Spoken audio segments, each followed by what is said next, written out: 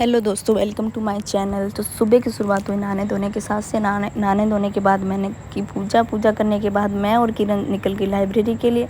और हमारी रास्ते में इतनी लंबी वार्तालाप चलती है कि मुझे पता नहीं चलता कब लाइब्रेरी से घर और घर से लाइब्रेरी आ जाती है। फिर सबसे पहले जाते ही मैंने भरा पानी भरने के बाद जैसे ही मैं नीचे गई तो किरण ने मुझे अपने नया सखा से मिलवाया, जिससे आप भी मिलिए। मुझे मिलकर इतना बुरा लगा क्योंकि इसने मुझे बताया नहीं कि इसने नया दोस्त बना लिया।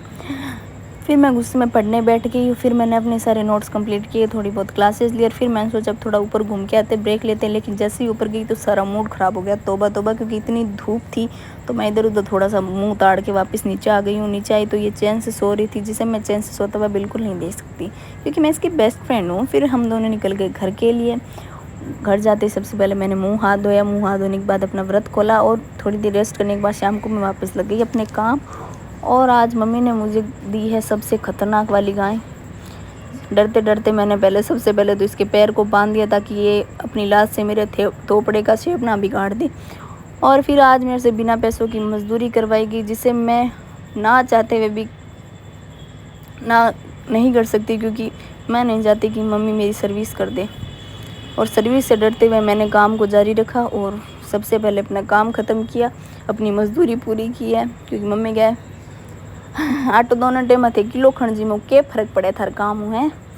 फिर मम्मी को शाम को मिल गया पेमेंट और मैं मन ही मन खुश हो रही थी कि इसमें से आधा हिस्सा मुझे मिलेगा। जैसे ही मैंने पैसे मांगे तो मम्मी ने अपनी गरीबी का परिचय दिया और बोला कि तेरी इतनी औकात है, तू इतने ही रख। फिर मैं श्याम बाबा के पास निराश होकर चली गई कि देखो मेरे साथ नाइंसाफ़ी हो रही। तो उन्होंने कहा हाँ बात तो सही है, लेकिन उससे पहले मुझे भी दूध चाहिए भाई।